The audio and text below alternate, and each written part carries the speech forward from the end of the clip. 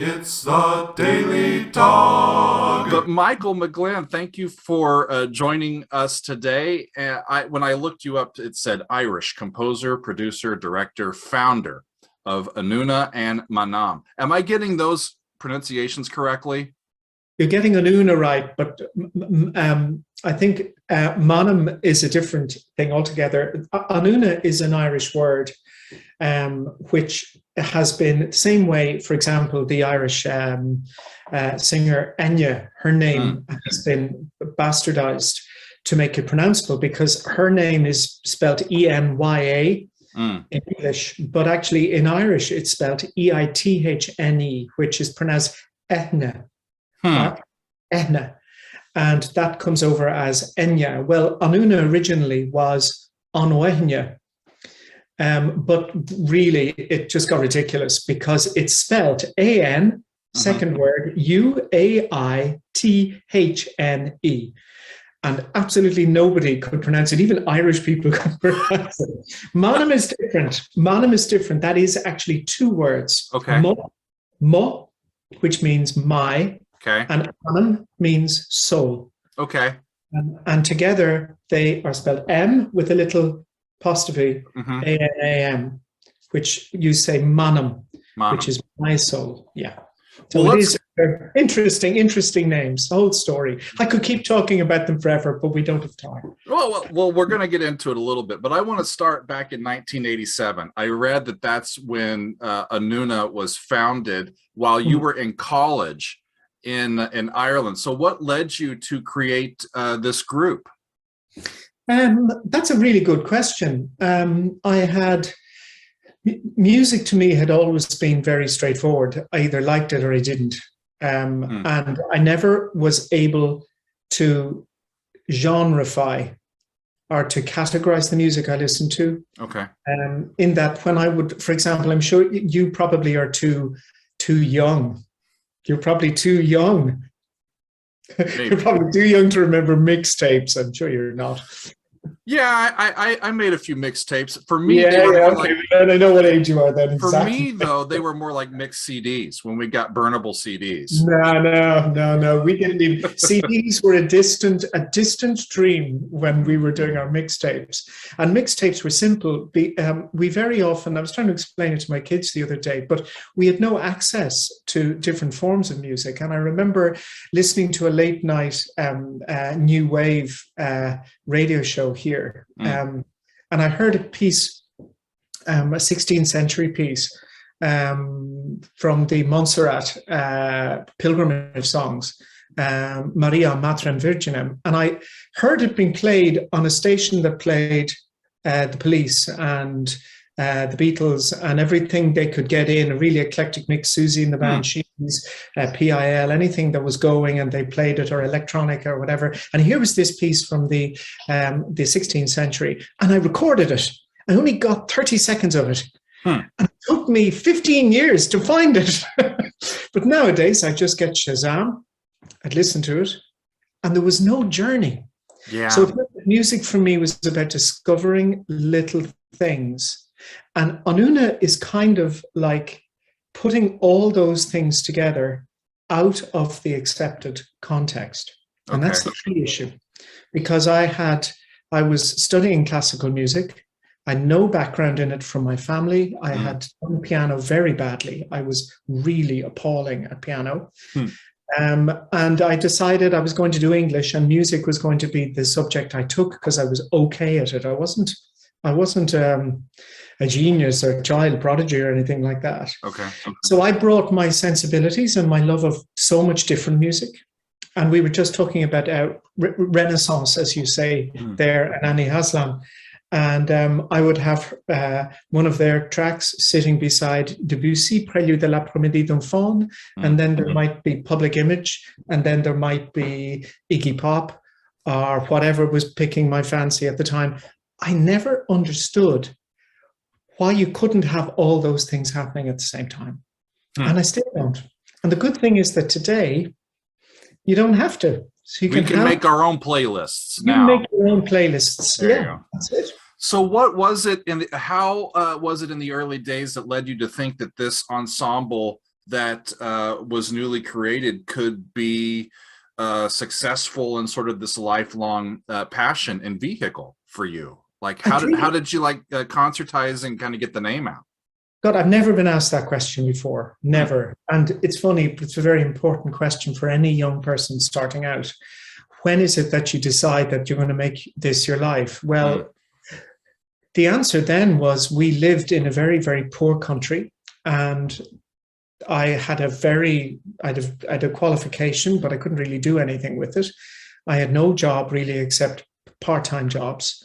I was paid badly. I would never own a house. I would never own a car.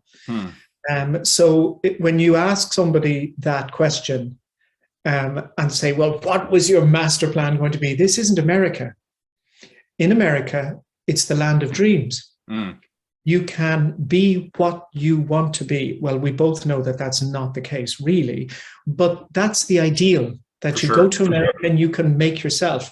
It's much less possible in Ireland or in Europe in general, because there are certain ways you have to go, and things are much more accessible. Education is more accessible, and the quality of education is more accessible.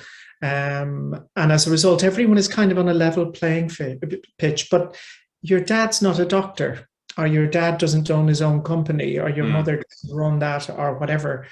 So I was very much just making it up as I went along. There was no concept right from the start that I would still be doing Anuna nearly 40 years later. Absolutely no way. So it's the fake it until you make it model. Well, it's more that I was looking for a vehicle to sing my music. Yeah. Yeah, and I couldn't get groups to perform it in Ireland. The music I made was deeply unfashionable at the time, maybe because it was informed by so many other exposures to music. And I'm not saying that my music was better. I'm just saying that because contemporary music, and that means contemporary classical music, and for people who don't know what that is, that's music written by living composers. Sure. In Ireland, it's state aided. So that means if you fit the box, you'll get the grants, and you'll know how to fill in the applications to the Arts Council, and you'll know how to get that commission. And if you don't fit that box, then you are removed. So at a very early stage, I was basically told that what you're doing is not what we're doing. The problem was that I am actually a contemporary classical composer. So therefore, the ideas that I bring into play and what I do are things which contemporary, proper contemporary ensembles, when they're faced by them, they turn their nose up a bit at them, and then they go, oh God, this is really difficult. And I say, yeah. It is. Because I don't believe you should be, part of our mandate as composers is to inform our audience, as you do, and you understand what I'm saying. There's a didactic element to it as well. And to be vulnerable and to be as authentic as you can, and to sort of make your own weaving together your own little blanket, patched together from all of these different sources, and the art will find a way, to sort of manifest itself.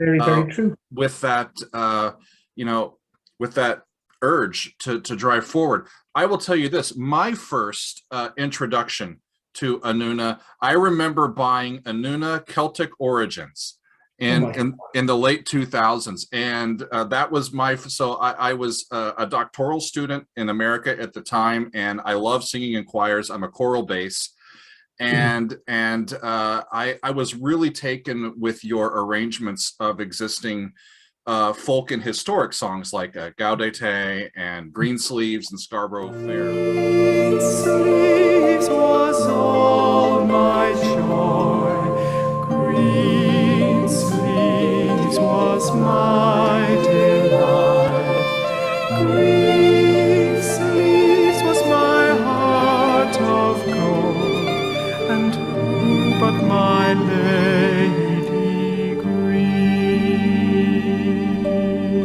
sleeves, asking to find me an acre of land.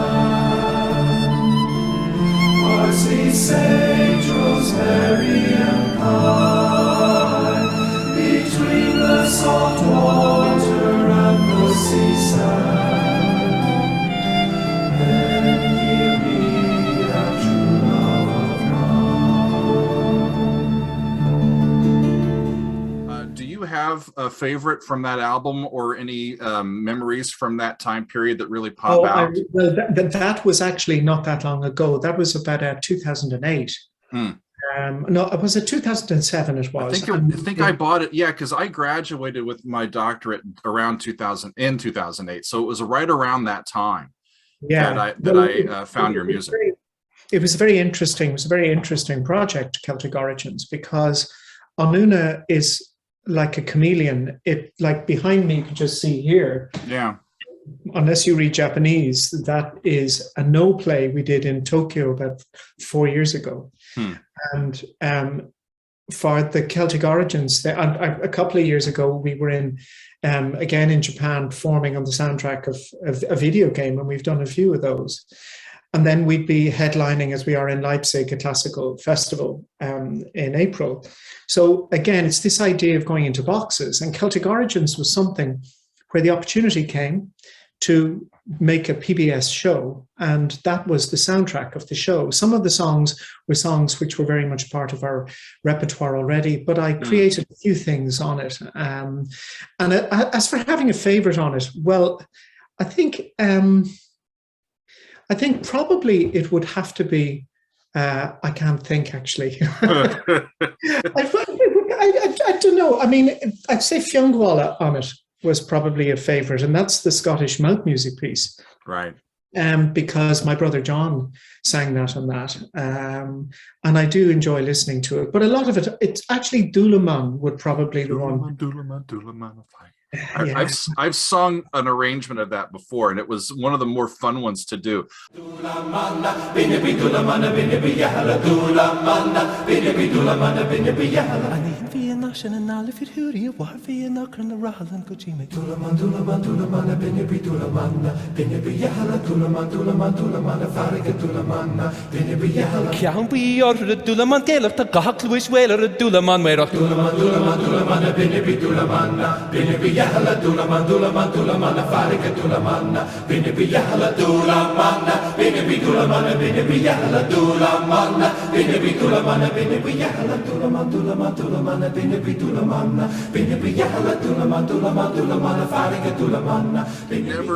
I was always like watermelon. I was my words to get through that. I just had to get the rhythm right. By every single choir in America. I mean, I wrote that in 1995.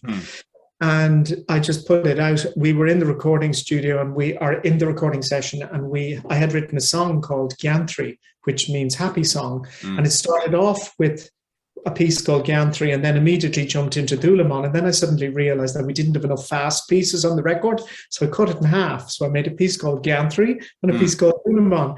And I put it out. It did very well here. And then about 2 years later, the American choral ensemble Chanticleer was the first time that I heard that one. Yeah, and they performed it all over America, and we've been the best of friends ever since.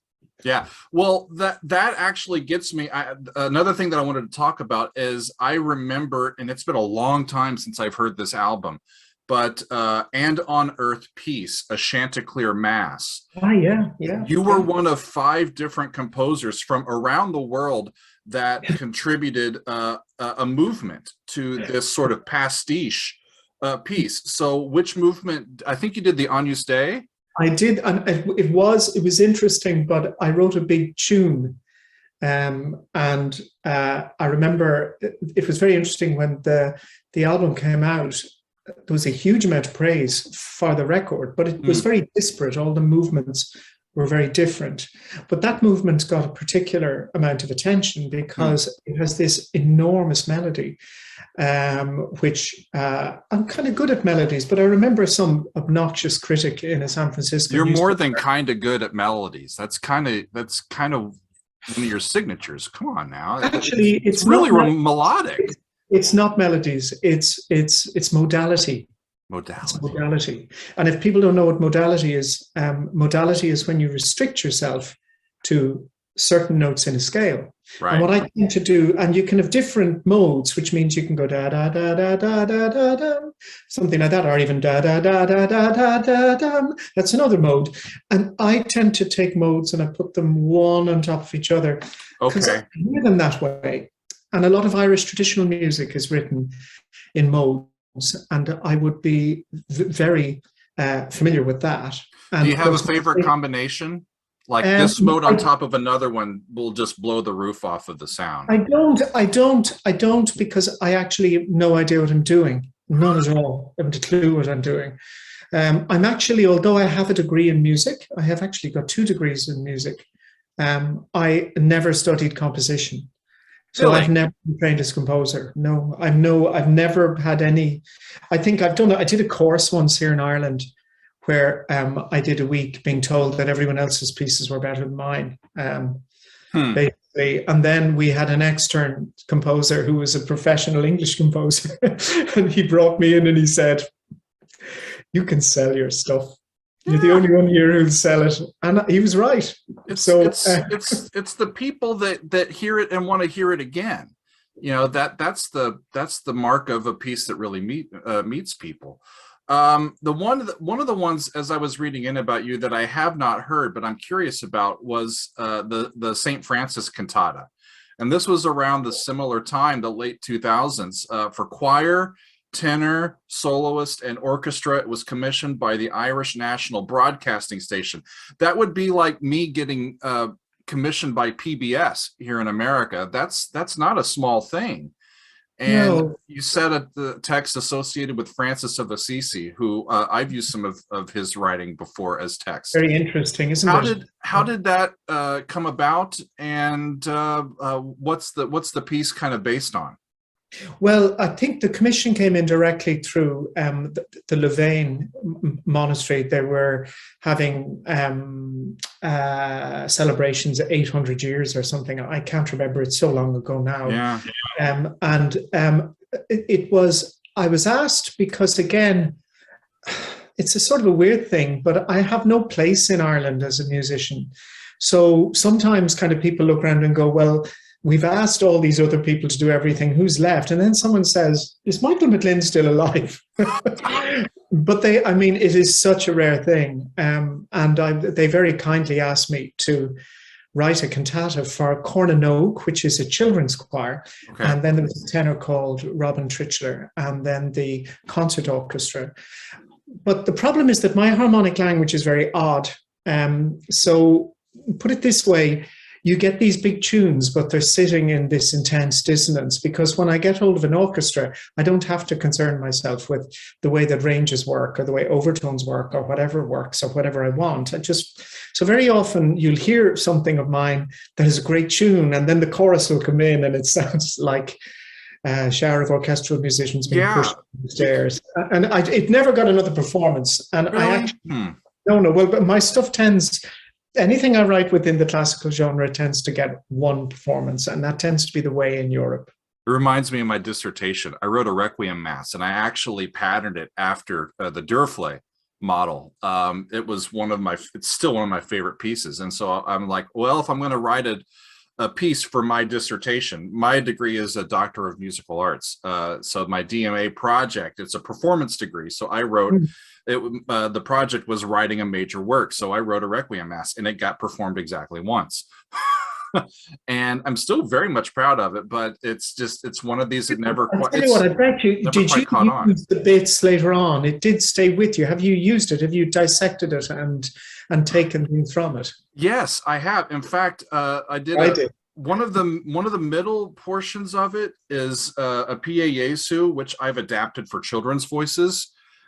Because the original idea of it was to sort of take a break and put it like a lullaby in the middle of it. And that was very difficult to convince my doctoral advisors that a lullaby was at a specific level that, trained composers should write. I'm like, well, if Brahms can do it, why the hell can't I, That's exactly the way. But then, of course, remember, there is a one-size-fits-all in contemporary music. Yeah. Contemporary music, its problem is that it has many problems. One major problem is that it drives music. I mean, some of the most thrilling creations in music in the 20th, 21st centuries have come from what would be classified as contemporary composers, and people directly influenced me and I think are absolutely incredible. But then there's a load of bullshit as well, like massive amounts of it. And particularly here in Ireland, there's a whole infrastructure which feeds on its own tail, where you have music being written that no one listens to except for other people that are interested in exactly that genre. And the problem here is that that is actually what is subsidized and represents us everywhere, which means people like me, who are first and foremost interested in one singular aspect of music, and that is, what's the point in having music if it has little or no relationship to the people out there? Because there's the performers, the composer, and the audience are all in a relationship together. Absolutely. And the moment one aspect of those is living up its own backside, then you have pretension, and the emperor is not wearing any clothes. Yeah. And that's been going on now in Europe for, I don't know, 50 years. But as I say, there's some people have created incredible stuff like Stockhouse.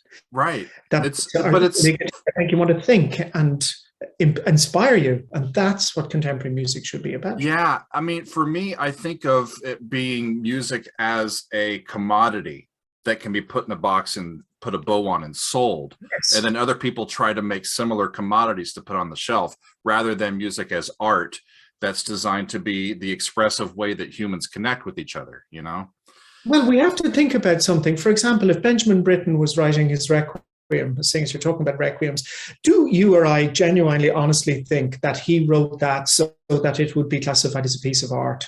No, he didn't. I think you're right.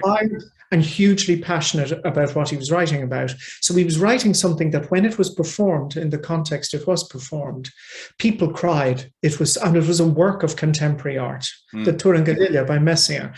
Things like this are inspiring, massive, thrilling moments. I have had so many thrilling moments in contemporary music, but I've also had incredibly boring moments too. Yeah. And unfortunately, that's the way it goes. One of the things that I've thought about on this subject is that I think, sadly, a lot of times the only thing that really breaks us out if we get caught in these ruts are tragic events or trauma that can get you to kind of break and like blink and reassess and reprioritize and re-dive in and get like connected to the authentic nature that the music needs to be, instead of just trying to write music that you think other people might like. Early in my career, I got in that sort of feedback loop. I had a very successful piece early on in my career in America, and a lot of people said, "Hey, we like that one. Can you write another one just like it that says ours on the top?" And I'm like, I don't think that I can, y'all. Yeah, that's just part of it. But yeah, as I was prepping for this interview, I don't know if you know this, but you and I have a mutual friend. We do, yes. Nick Stoppel. Yes. So Nick is a good friend of mine who has sung with Anuna. Nick and I are friends from when I lived in the Kansas City area. We actually sang in choir together. We were 2 of 3 baritone basses in a little professional chamber choir in Kansas City back in like the late 2000s, and it was so much fun to sing with him. But so I wanted to get a little bit of information from him. He mentioned your unique approach to singing, to breaking it, and the way he described it is kind of breaking down the singer's ego a bit and prioritizing this raw sort of natural. I'm just really glad that that's the only thing he need to say, because Nick knows way too much. But remember, Nicky, he was very kind. Just remember, Nicky boy, I know a lot about you too. So it's only you heard it here first, y'all. Yeah. So anyway, no, the point he's making is that when I came over to Kansas City to work with the Kansas City Chorale in 2014, I was introduced really for the first time to what I would call professional choral music. And it was probably then I realized that I don't really like choral music very much at all. That's fascinating. Yeah. I don't really like reaction videos, and yet here we are. I don't listen to it. I admire the artistry involved in it, but if you ask me what I'd like to listen to, well, the most, probably the choral music I would listen to most would be music which is created by within regions or ethnicities, a particular love of Georgian choral music, and I've always had that. I've always had a fascination with music that comes from the folk traditions, because my problem with choral music, particularly in certain areas of the world. Well, I'll give you an example. Sure. The form of choral music that is most admired in the world is British choral music. And there's a very good reason for that, because it's music created, it's an ethnic form of music. Sure. It's created, I mean, it's been there forever. They've been performing music in their large buildings for whatever, 800, 900 years. And we're looking at a tradition that is virtually unbroken going back that length of time. So therefore, when you go to America, you hear choirs emulating that sound. Right. They might as well be going to China and listening to the Chinese opera and emulating that sound. Do you know what I mean? As far as I'm concerned, there is no correct way to sing choral music. And therefore, the first time I interacted with American professional choral groups, or even amateur groups and college groups, they had so many presuppositions about what they did. They had so many things that were accepted as being normal. Whereas in fact, Anuna functions on only one level, and that is common sense. Does that make sense? Why are you doing it? Why are you rolling your R's? Why are you making faces when you sing? Do you really need to lift your eyebrows when you sing? Why do you lift your shoulders when you're singing? Why can you not sing a vowel in your native vernacular when you're singing in English, particularly if it's by somebody that actually who's composed it? Do you bring the composer into the room when you're performing, even if they're dead? That's a very important thing. Yeah. The writer is always important, not the words. The writer. Do you know the difference between vernacular song and somebody coming in and telling you how to pronounce something? I mean, I get that all the time. I've got Irish speakers coming in telling choirs how to sing in Irish, and none of them know how to sing. The Irish speakers don't sing, so therefore they're telling people how to pronounce a language as if they're talking. And you don't pronounce this. It doesn't sound the same. It normally doesn't work very well. You know, but it's all basic stuff. And I really loved Kansas City Chorale because there was a certain wildness to the way they did. They're a great group, and Charles is a wonderful huge director. Energy, and Charles is wonderful. Yeah. And they're open, and they actually interact somewhat like Anuna. So that was the first time I came across singers that I said, okay, let's see. And Nick appealed to me because in Anuna, it's really important that the person you bring into the group is a whole person. And even though Nick was very young at the time, he very much was somebody who was a very mature person. Yeah, and he's a wonderful singer. Very authentic singer, yeah. We now have, I think, 5 or 6 associated American members. Cool. We have a number from Iceland. We have Dutch, Belgian, Italian, French. We have 3 girls from France. And we've had Poles, we've had whatever. We just jump and grab and whatever. That's what awesome. It is. So because you don't. It's not producer. Sorry, Ireland would not be. Although what I do is associated with Ireland, the music is. It just happens here. That's the only. That's the thing. Yeah. So your choir, I say choir. Your band basically sounds like a choir, but you don't consider them a choir, do you? Absolutely. You have 100% summed that up. And it was the composer, Eric Barnum, who said to me, he said, it's incredible to actually get people to let their ego go.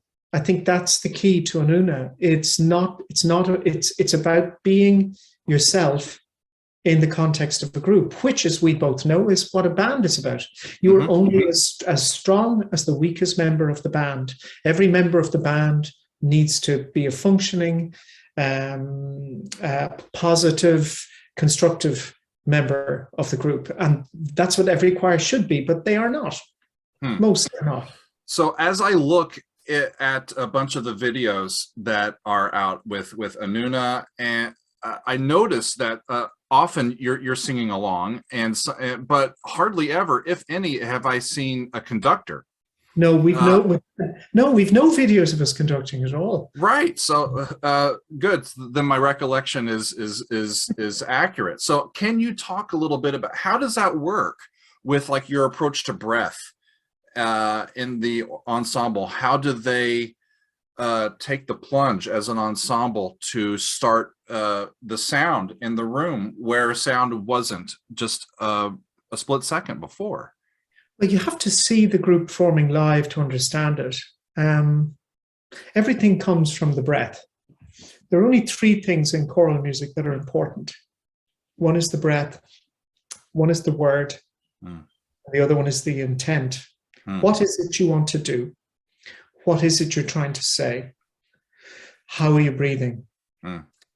Once you get those figures correct, the purpose of any conductor in any ensemble is just to help you mold that into a unified intent. So therefore, and I'm putting it for people now that mightn't have a bloody clue what I'm talking about, but very often conductors take on the role of artist and the choir is an instrument. Right. In Anuna, there is no conductor, so there is no artist.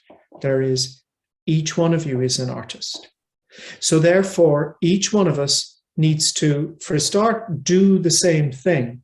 So the vowels need to be all the same. And that can be very difficult when you have people who their native languages are not English. Correct. Yeah. But it's very possible. And we tend to, and then when we're singing in French or Japanese or whatever language we're singing in, we will defer, like, for example, our Italians will never let us sing incorrect Italian or Latin. And it's very important that we adhere to what they do. Sure. And when we're singing in Irish, because Irish is a very, very highly dialectal living language, somebody has to make a decision, we're going to sing in that language. So that's the word. What do they mean? What do these bloody songs mean? And more importantly, that's where the role of the composer comes in, because every time we do a piece, usually it's something of mine, musically of mine, but the texts I choose to bring the poet into the room. So whether that's, McGlynn do one piece, and Chaleuma, which is a Roman boating song, and it's 2,000 years old, the text, you know, and you're trying to work out from the text what this writer is trying to say. And that involves you in time travel in a most extraordinary way. If you sing a piece by Palestrina, Palestrina is present within the ensemble with you. Yeah. And he is watching and he is listening, and you are taking something that he did not have access to, hundreds and hundreds of years of experience in musical development, and you are putting your own stamp on it. So therefore, you have to be respectful of his presence in the room. And it's a much more mystical attitude. And then it's magical. It's magical when you can get it right, though. It really is. Yeah, but it's more, I think the thing that is purely magical, and we haven't really worked out how it works yet, is the breath. We have certain breath techniques, which are standard operatic breath techniques, and we apply them to all the singers in the group, even the ones who are not trained, and to anyone who works in our workshops when we do them. You'll see that everybody can do these techniques, whether they're a school choir or they're a rock band, it doesn't make any difference. Absolutely. Where it becomes mystical is when you engage the audience in doing the same thing, so that the breath unifies the community. And suddenly then, we've had a few things happen which we can't explain because they're physically not possible to do.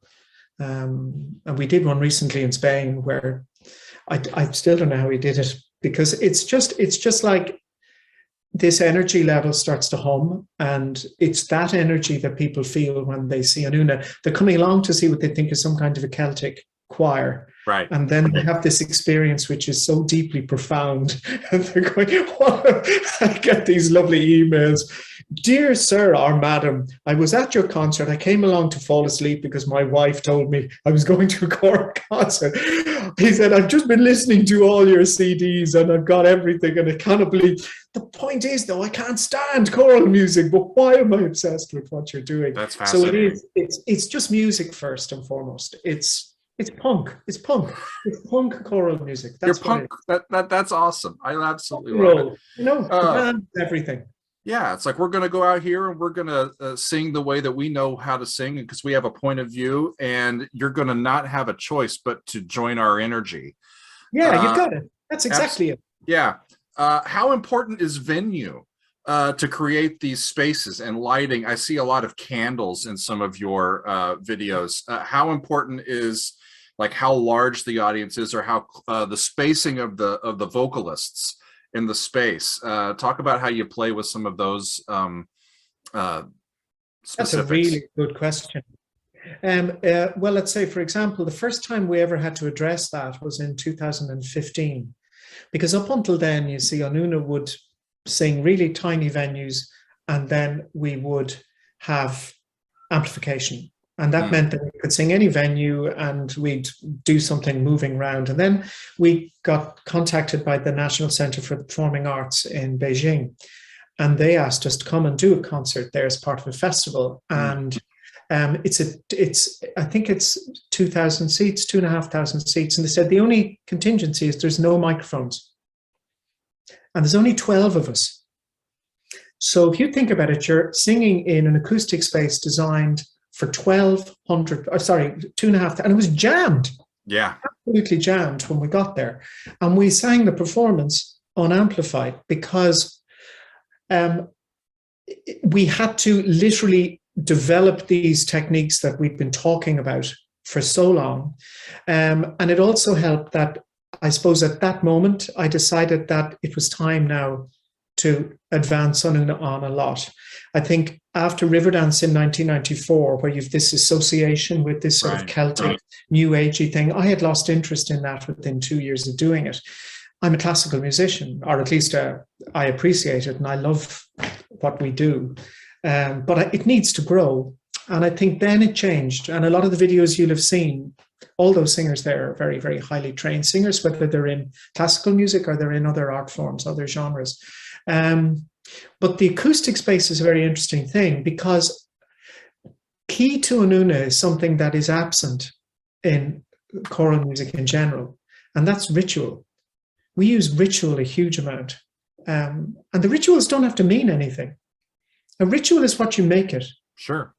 Like if you enact the process, it's, let's quoting Kevin Costner, or if you build it, they will come. So, well, that actually wasn't specific quoting. Action with specific intention.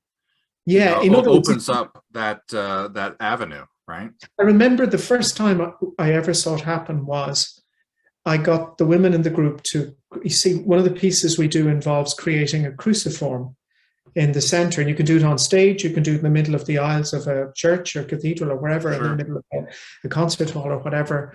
And I was trying to explain to the girls that they need to interlock, and then you need to move your heads down, and then the two women at the end need to stop in sequence, and then they need to face this way, and then the center. And at the end of it, the girl said, "What's happening?" I said, "You're moving with an intent. The song is designed so that that interlocking shape has to be the final one.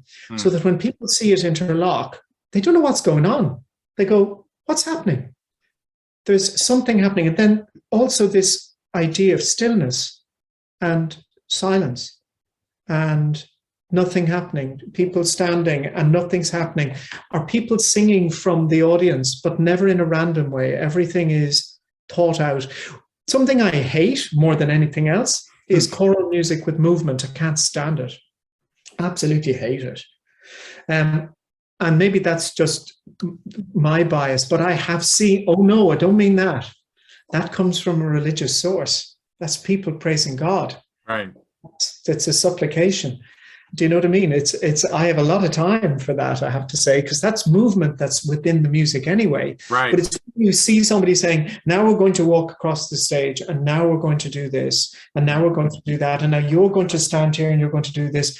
It rarely works unless the group that are doing it are 100%. I saw a Russian choir sing, literally it's like a folk tale, a folk opera, a women's choir, all in costume. And it was amazing because all the characters were playing out and the women were adopting the characters. And it was real. You believed it because it came from their ethnicity, from who they were. But it's nothing worse than looking at a bunch of people crashing the stage. I cannot stand that. I've gotten that feeling sometimes that, especially choirs in America, America is such a television-centric society. It's like people have gone out of their way to come to the concert hall and sit down, and you're presenting them a production as if they're television viewers and not as if they're actually like just sitting there like in a play or at an opera or experiencing something live. Right? That's not designed for the television, for passive engagement. Right? So that's really interesting. No, I can understand that. I mean, I watched a program, I watched a Christmas show done by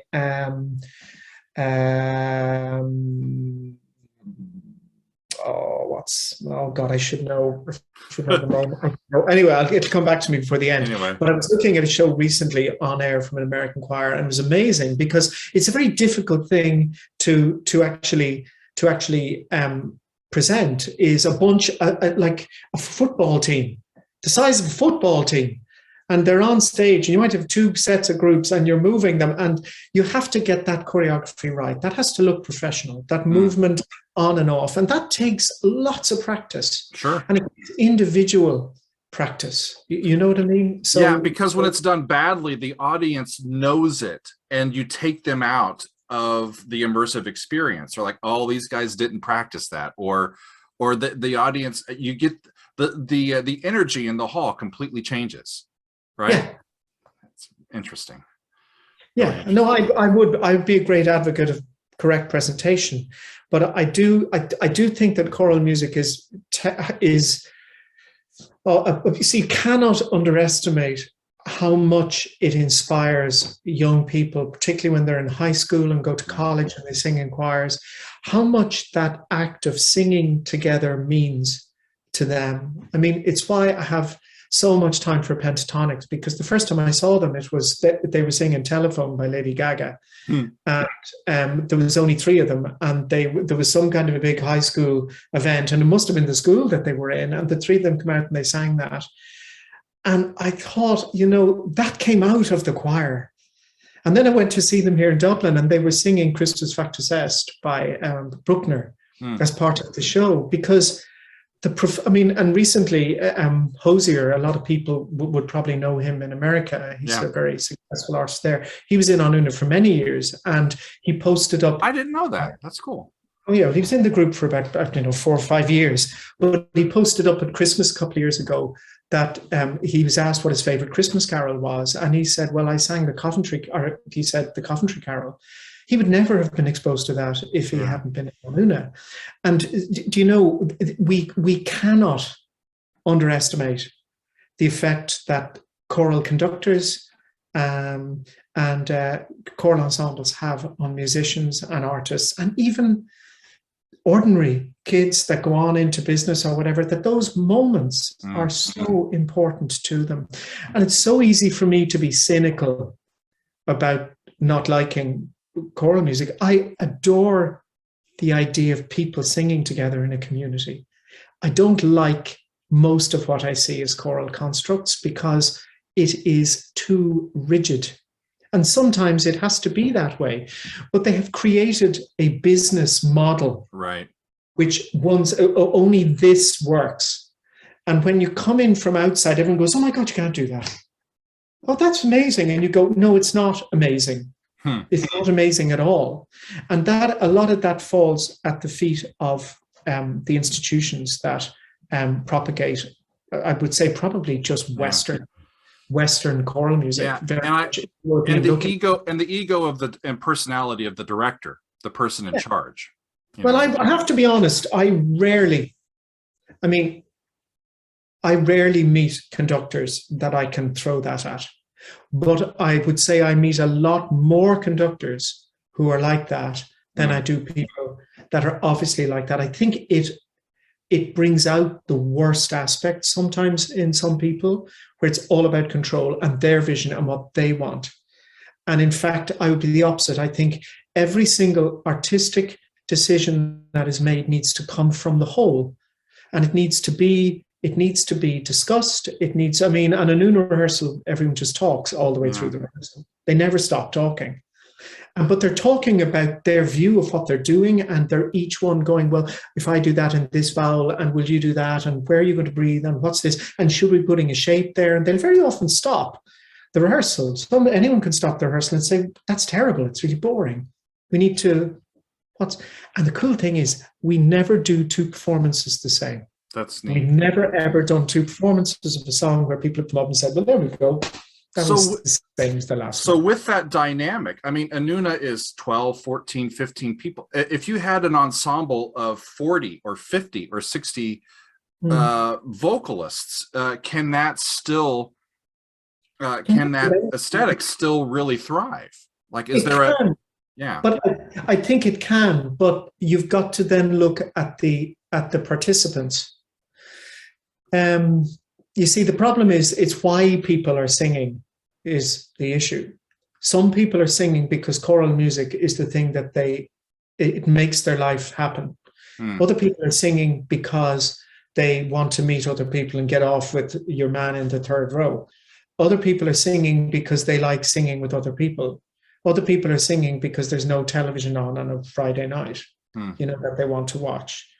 And most importantly, while I may have those views on the way conducted singing works in the main, a lot of people love conductors, and they come away from their job all day and they don't want to be making decisions. I'm not talking about groups where they want somebody to come in and say, do that, get them motivated, learn the music, get up on stage, have a night out, go to the pub afterwards, get trashed. Sure.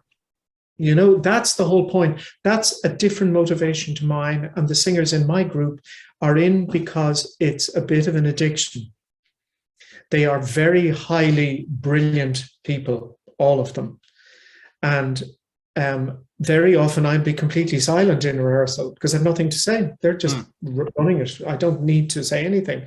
And then sometimes I do say something and they'll very much turn to me and say, is that what you wanted when you wrote that note there? And that's what's unusual, because I'm there. That's a good question. And I'm there. And I have to justify every single thing I write down. Every single thing. They cannot. It makes your process better, and it makes everybody better when we can be trusting and vulnerable like that, and kind of sacrifice a bit of our own ego for. Yeah. Well, let's talk a little bit about M'ANAM. I'm getting used to. I am newly introduced to the sounds here, and as a choral bass, I quite love it.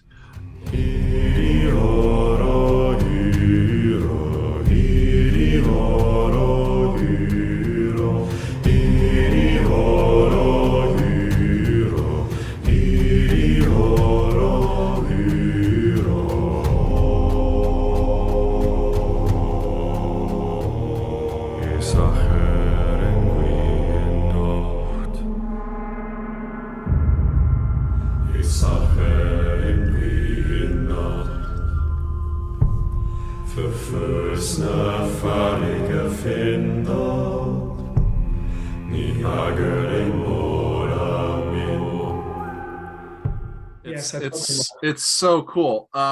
So I think you said earlier it's Irish for my soul, right? Those two words. So it's an all-male ensemble based in Ireland and Iceland. So why those? Primarily based in Iceland. It's primarily based in Iceland.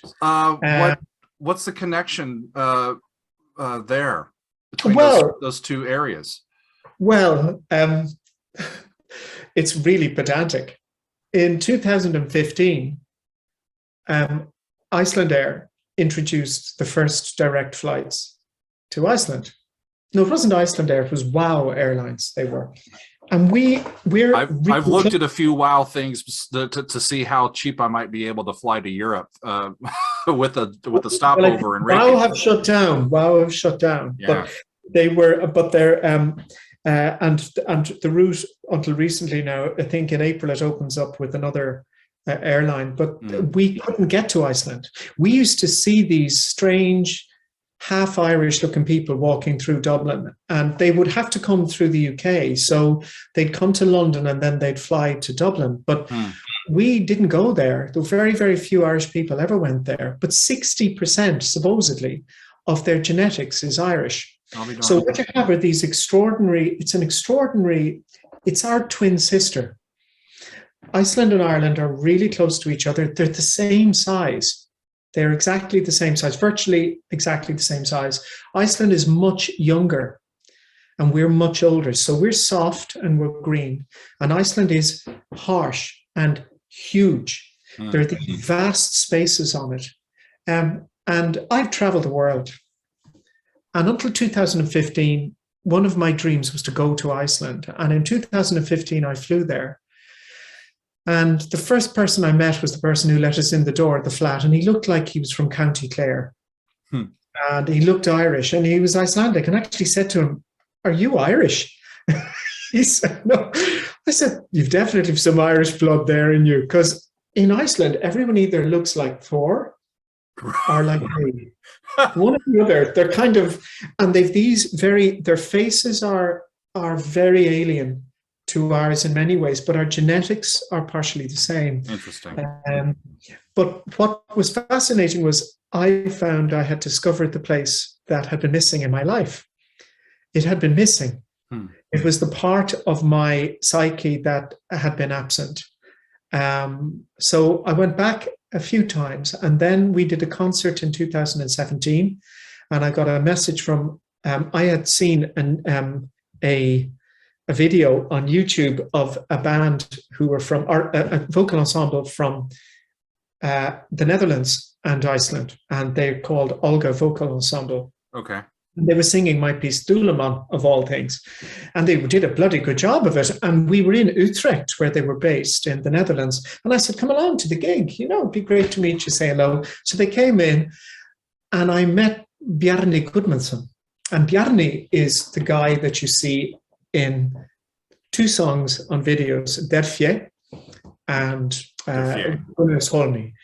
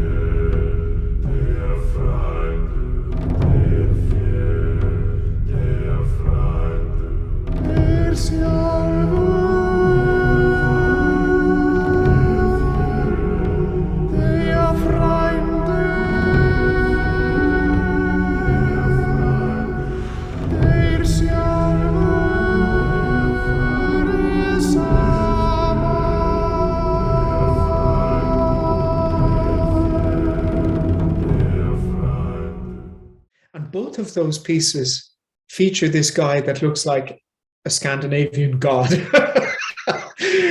And when I met him, I thought, that's the sound I want to make. I knew what he sounded like before I met him. And the other thing was that there was I was going through a very, very traumatic time in my life because I was realizing that I was going deaf. Wow. And Bjarni is very deaf. Well, he's not totally deaf. The two of us, he's worse than I am, but he's so much younger. But with me, the deafness has only come on in the last few years.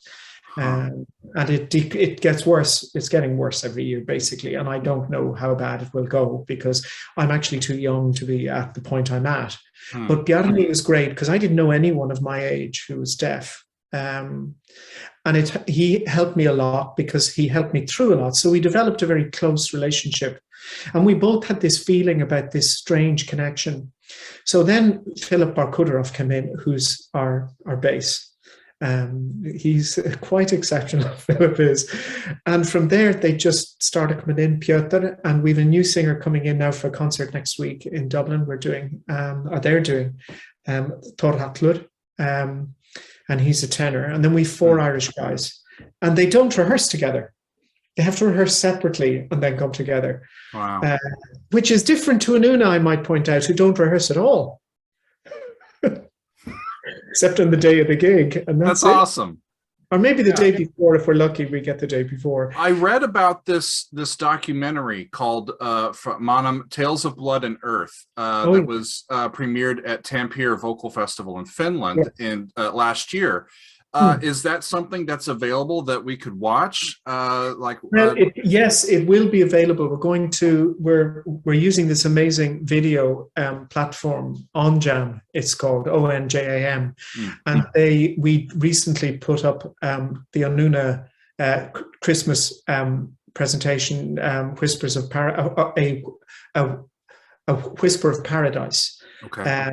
I really love the format. And I'm putting up another one next week called Songs of the Earth, which has singers from North America, Native American singer with a couple of Irish singers, and a singer from the Sami people in the northern part of Finland. So I make films as well. And this film, Blood and whatever it's called, Blood and Chocolate. Oh no, that's an Elvis Costello. Tales of Blood and Earth. Blood and Earth, yeah, sorry, I made that one up. That'll be available on it with a full concert if people want to catch it too. Wonderful. Wonderful. So what are you currently working on? Upcoming tour, new music? You mentioned a couple, later this month. I see that M'ANAM is going to appear in Dublin with Anuna. Yeah, we've done that once before because they're two different groups, but they don't really complement each other in many ways unless you're really careful about the way you program it, because Anuna spend very little time on the stage. They spend an awful lot of the time off the stage, and we're performing in St. Patrick's Cathedral in Dublin. We very rarely perform in Ireland. I'm always getting people writing to me and saying, I want to go to Ireland, and when you're performing, I want to coordinate. Say, well, where are you? And they say, well, we're in Germany. Good, well, we'll see you there, because that's we'll see you there. Yeah, because we don't really perform at home, so it's a real rarity. It's as part of Tradfest, which they've been very brave in the middle of Omicron, putting it on, and I'm even braver having people coming from 5 countries in to do it. But it'll be a real rarity. But the combination of the two groups will be lovely, and we're going to record some new material with M'ANAM then. The day after the concert, we're going to probably create the first part of the next record. Wonderful. And then I'm writing a new album for Anuna, which might be the last one. I don't know. I say it every time, but I think this time, I don't know. I'm finding composition quite difficult with my hearing. Yeah. So I don't know. I have to find another way of doing it. And then the group tour, Anuna will be touring in, we've a few lined up, but everything's been cancelled incessantly. M'ANAM were supposed to be in Canada and we're supposed to be in China, and none of it ever happened. And it's really rough. Very hard to keep groups together for that length of time. You've got to retrain, and you've got to go off and do your own thing. And I don't think people really understand how awful it's been. They think they do, but they don't know. No. And it has devastated my industry, and it will never recover from it. If it does recover, it'll be something new because it stopped the entire industry, right? I don't think so. I disagree with you on that, and I hate to say that, but I'll tell you why I disagree. I suppose you could look at music in Ireland in that microcosm. One of the problems I have in Ireland is that somebody meets you and they say, I saw you on the telly, or, oh, you're that guy that runs Anuna. And then they tell you, oh, now, I have a cousin. He's a brilliant musician. And you'd be very lucky to get him now if you went for him. And I'm looking at him thinking, everyone in bloody Ireland's a musician. And that means not that that's not true. It's the fact that it means that people who genuinely have something to say, people that their soul bleeds music, are subsumed into a swamp of people that either look a certain way or know the right people or say the things they need to say or as controversial as they need to be. And there's also such a strong cult of youth, which is a real pity that, being young and a musician, you get your 20 minutes, exactly 20, and then it's over. And then the rest of your life is that. And funny thing, it happens to all young people. It's like we all know that young people, they don't appreciate how wonderful that is. But those people that have survived and gone on and got some measure of success. I think the industry doesn't realize if they're not supported, then there's nothing to support young people. I find the industry quite selfish. I find, particularly my end of things, I very rarely see people in choral music in my country anyway, or anywhere else actually for that matter, on ensembles, hold their hands out to each other genuinely and work as a community. Yeah. And I do know that's different in other communities, but in ours, it most definitely is not. So you're in isolation and you're always in competition with everyone else. And that's really sad, because our art form is it's the most subscribed classical music form that exists. It's the one that is most participated in by ordinary people. Right. It is the one which uses the human voice as the instrument. It is as close to what we are mentally and physically. It tells the stories of traveling through time over 1,000 years. It brings communities together. It brings immigrants coming into a new place together, allows them to sing their songs and us to sing our songs. They're the magical things it can do. Yeah. But the industry is very top heavy, with too many people up at the top that are all in competition with each other, and this huge groundswell of people that are just human beings. And there's enough people there. There's enough people there that keep that fed. But I would like to see that change. If anything post-COVID, I would like to see is communities of musicians getting together, not just people who they think are cool, are on the same level, but people helping each other, people advising each other, because we all grow when we do that. The songs can break down barriers if we just let them. You know? Precisely. Yeah. Well, this has been so much fun. Thank you for spending some time with me. I've very much enjoyed the conversation, and it's been quite a breath of fresh air and just enjoyable to chat with you. Tell people where they can find your work, where best to go if they're curious to see some of the sounds and videos and connect with some of what you've done. Well, I think that people, if they want to experience the work I do, you'll find it. It's a couple of places. The most obvious ones is the streaming services, iTunes or Spotify or Tidal. Go and support Tidal. They pay more money to artists than anyone else. Okay. Yeah, and if you want to see what Anuna looks like, you'll see it all over YouTube. We were one of the first groups in the world, I think, in choral music to connect video with choral music. Often copied, I have to say, rarely acknowledged. But, I think that's how I found you. Like, I think I was like surfing YouTube back in the day. I'm like, oh, this is interesting. What album is that off of? Buy the album. It's part of it. But music now is a disposable commodity. It really is, and that's the pity of it. That if you're going to listen to Anuna, listen to an album. Listen to the album from the beginning to the end. It took a bloody long time to put it together. If I was going to recommend a record, if you like your eclectic tastes, the last proper 2 records we did are probably the most eclectic, or the second one we did. So I could recommend from 1994. Oh no, that's not available anywhere, so I won't recommend that.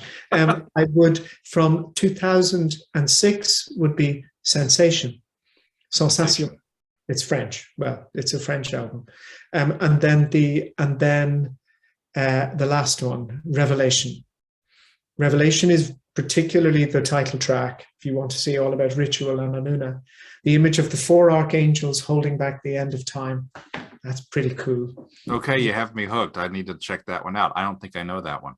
No, it's not. Put it this way: it's not the best sung album, but I'm not a great believer that things need to be perfect. My view is that if the energy's there and the intent is there, that's what matters. That's awesome. Thank you, Michael, for being with me. This has been a lot of fun. Thank you. Appreciate your time. Thanks. Keep your own great work up, have to say. Will do. Appreciate it.